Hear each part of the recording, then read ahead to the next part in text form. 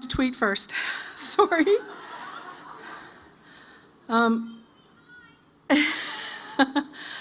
This tweet, okay. So I think the Leafs are ahead. And a girl just won the top 50 CEO.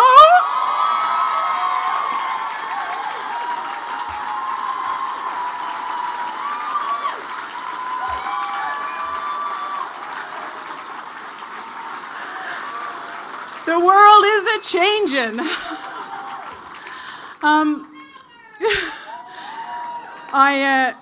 For those of you that don't know, today is actually a very special day in one of our businesses. It's actually McHappy Day.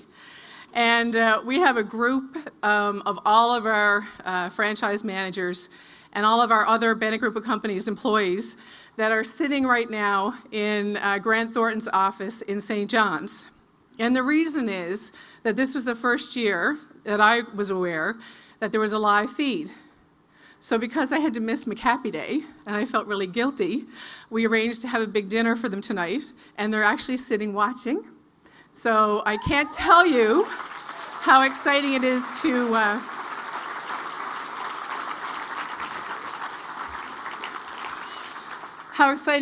share this evening with those people. First and foremost, I want to say a huge thank you to Atlantic Business Magazine, to Edwina and Hubert, and to Don, not only for the opportunity this year, but in other years, and I think more importantly, for the inspiration that they give so many of us, certainly me, in allowing us to participate in events like this and read the magazine. I don't know how many of you do the same thing that I do when I stay in an Atlantic Canada hotel, but I go through that magazine. I often steal it from the hotel to supplement my online copy, to make sure that I can read up on what's happening with all of the other, quite frankly, inspiring CEOs in Atlantic Canada. So I think a huge thank you to the team from ABB, who are a big part of my education as an Atlantic Canadian entrepreneur. Thank you.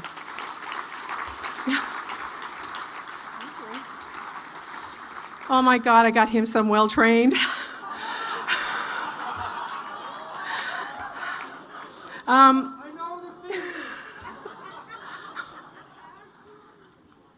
Okay, so there's a couple of groups in the room that I want to acknowledge tonight, if you'll indulge me. And first and foremost, it's our business partners. As Mark eloquently described, our company is a diverse group of companies, not all ones that we solely own. They're tweeting me back. Sorry about the buzzing from my cell phone. But it is a group of partnerships. And I got into business through a partnership, and I believe that it's one of the strongest ways that you can grow and learn your skills and develop as a business person. We have partners who are with us here tonight, and to those who are here and those who aren't here, I want to say how proud I am to be your partner, and how I am so pleased that you have trust in allowing me to participate in your companies and participate in mine. Partnerships are about win-win-win. Win for the shareholders, win for the employees, and win for the customers. And that's the attitude that we take into our partnerships. I also want to say a huge thank you to my friends who cheer for me and defend me when I can't defend myself. I want to take a minute to thank the mentors in the room and those who are home. Some of you know who you are, and some of you in the room don't even know that you're a mentor, because there's always somebody watching what you're doing, and we're learning from the successes and the failures that all of us have had. So to the mentors that I've had who've helped me be successful, I want to say a sincere thank you. It is not what we know today that inspires us to be successful, is what we're learning for tomorrow.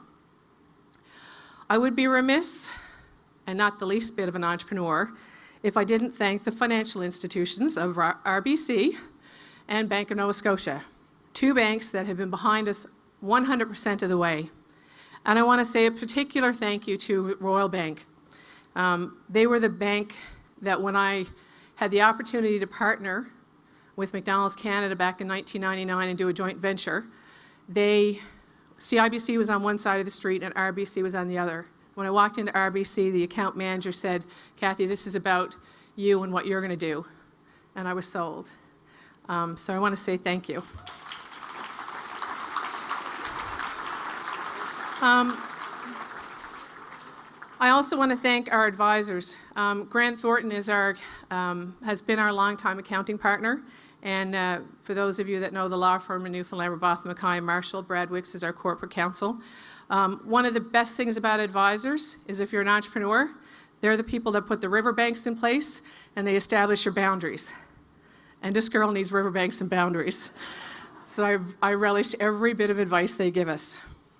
I want to take a quick, and I'll go fast. Am I okay with time-wise? Am I okay? Public and private boards. I sit on a number of public and private boards, and this is one of the ways that I am able to get educated and steal shamelessly and bring ideas back into our own company, which I do regularly. It's hanging out with these big players that really teach us best-in-class practices, and those are best-in-class practices that we can always bring back into our own companies.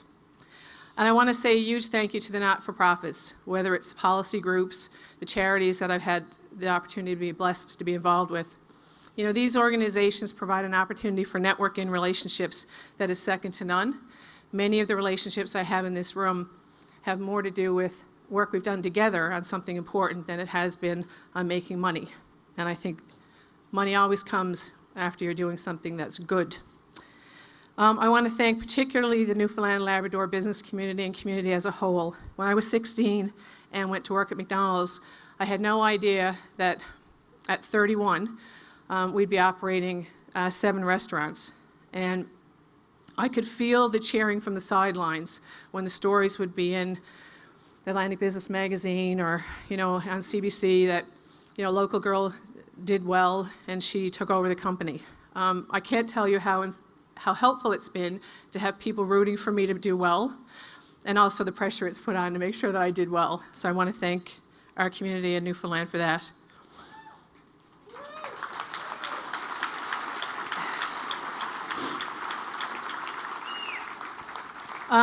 I want to say a quick thank you to our Bennett Group of Companies team. You know, it's not easy to work with me. There's always something changing. There's a new benchmark that we're trying to hit. And I am so, so proud and lucky to have the people working with me that I do. They carry me, they lift me, they're the reason our company is successful. I just have the ideas. They're the ones that execute. And in particular, I want to recognize our Chief Operations Officer, Mark Daw, who is here tonight. They are really the wind beneath my business wings.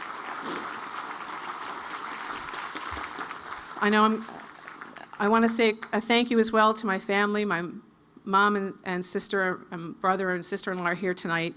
And it's important because family worry about entrepreneurs.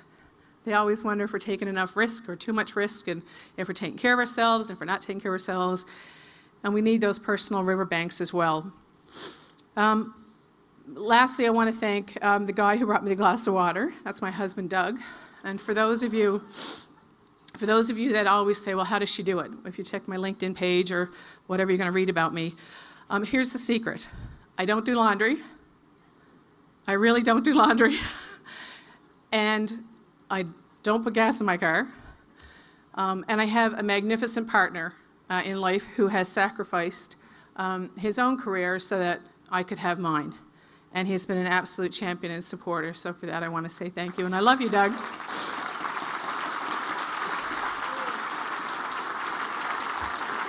And tonight, because of an inspired visit I had here a couple of years ago when Frank Coleman was the recipient of this award and his family was so enthusiastic about receiving it, I promised myself that I'd bring my children one year, and this is the year that they happen to be here. School is late this week. Cameron and Liam are here, dressed up in their tuxes, and I want to thank them for accepting quality over quantity, and for being so okay to support me even when I can't do all the things that a mom does, and telling me that everything I do is exactly what a mom needs to do.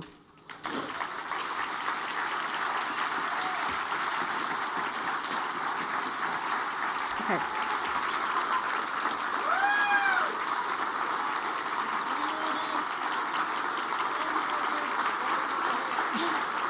All right, I got 2 more paragraphs. I'm going to finish. Okay, so some people would ask, so why at 43, when you had a McDonald's franchise, did you decide to diversify? So I need to tell you that story. The people I thanked are the how. They're the enabler of how I can get things done, but I want to tell you the story of why. You know, for those of you that don't know, our family was blessed with 3 children. 2 are here tonight, and our first son, Michael, was stillborn in 1997. So with this backdrop, you'll understand why being a mother is so important to me.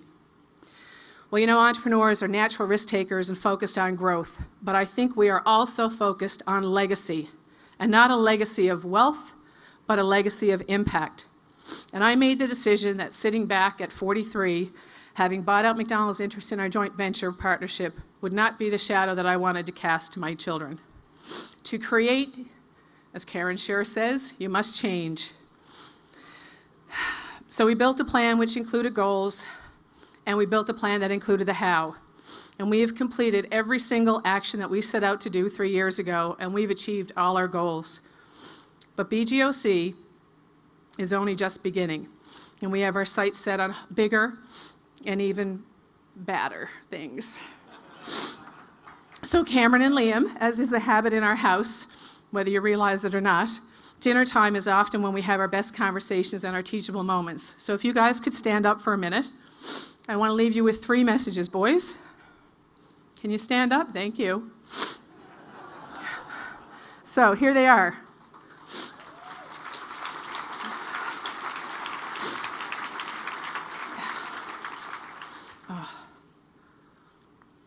Okay, I had Hubert hold my hand earlier. I'm shaking. Okay. Number 1, entrepreneurs do have more fun. Educated risk is okay. And third, and probably most importantly, boys, I want you to be in awe of those around you who inspire you. Those like the people in this room, those like the people who are sitting in the Grant Thornton office in St. John's, and those who couldn't be with us tonight. Those are the important lessons. Look for inspiration, boys. Thanks for standing.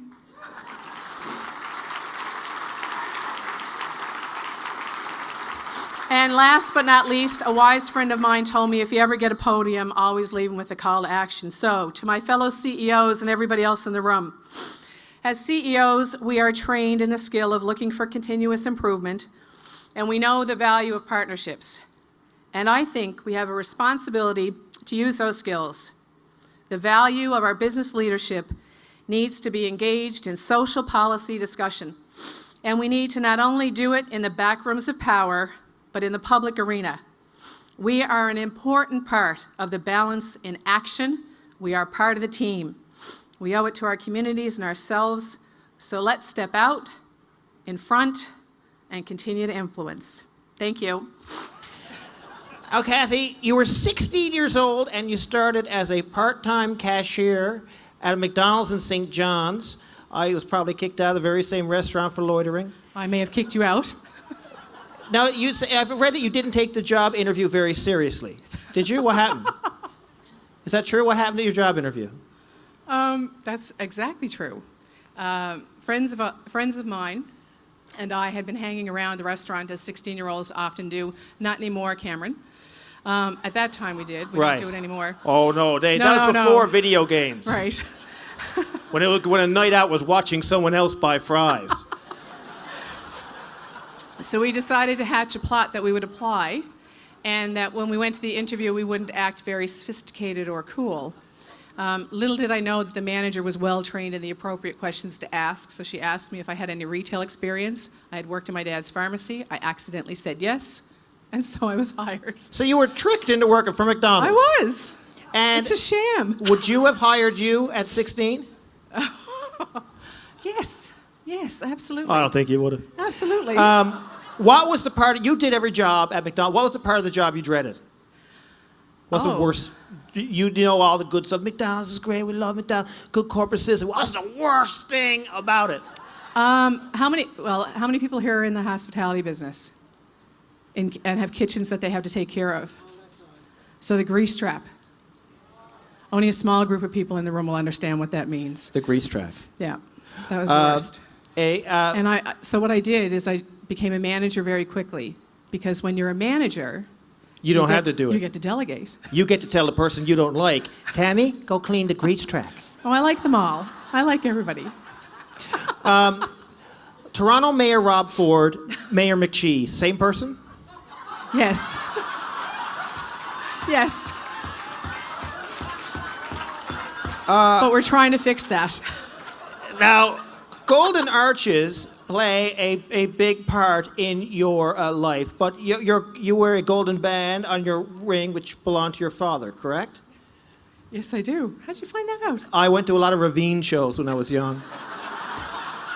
I do. So tell us a little bit about that story. So I wear